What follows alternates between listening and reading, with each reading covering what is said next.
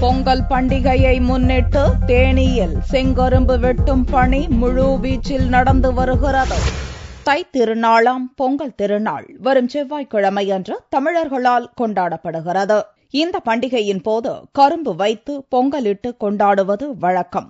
தென் மாவட்டங்களில் மதுரைக்கு அடுத்தபடியாக செங்கரும்புக்கு புகழ்பெற்றது தேனி மாவட்டம் சின்னமனூர் கரும்புதான். குச்சனூர், சீலையம்பட்டி, கோட்டூர் உட்பட மாவட்டத்தின் பல்வேறு பகுதிகளில் 250க்கும் மேற்பட்ட ஏக்கரில் விவசாயிகள் செங்கரும்பு சாகுபடி செய்துள்ளனர். பொங்கல் பண்டிகைக்கு சில தினங்களே உள்ள நிலையில் சின்னமனூர் மற்றும் அதன் சுற்றுவட்டார பகுதிகளில் செங்கரும்பு வெட்டும் பணி மும்முரமாக நடந்து வருகிறது. சின்னமனூர் பகுதியில் 250 ஏக்கர்லாம் கரும்பு பயிர் செஞ்சுருக்கோம். இந்த ஆண்டு போன ஆண்டை விட இந்த ஆண்டு கம்மியாகவே இருக்கு. போன ஆண்டுல 250 லோடு இருக்கும். இந்த ஆண்டு ஒரு 150 லோடு தான் இருக்கு. அதனால இந்த கரும்பை வாங்குறதுக்கு பல மாவட்டத்திலிருந்து வராங்க.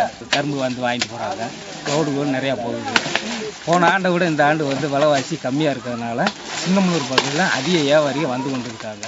சின்னமனூர் பகுதியில் விளையும் கரும்பு மிகுந்த சுவையுடன் இருப்பதால் வெளி மாவட்ட வியாபாரிகள் நேரடியாக தோட்டத்திற்கு வந்து கொள்முதல் செய்கின்றனர். ஆனா தேனி கரும்பு தான் எங்களுக்கு ரொம்ப மக்கள் விரும்புறாங்க.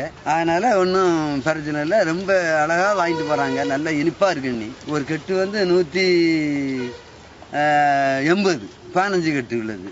அதனால தேனி கரும்பு மிஞ்சினது எதுவும் இல்லை. எங்களுக்கு இதுதான் பிடிச்சிருக்கு. 10 வருஷ காலமா இங்கே தான் நாங்க வாங்கிட்டு இருக்கோம். இந்த தோட்டத்துல மஞ்சள் விற்பனை, கரும்பு விற்பனை என பொங்கல் பண்டிகை களை கட்ட துவங்கியுள்ளது.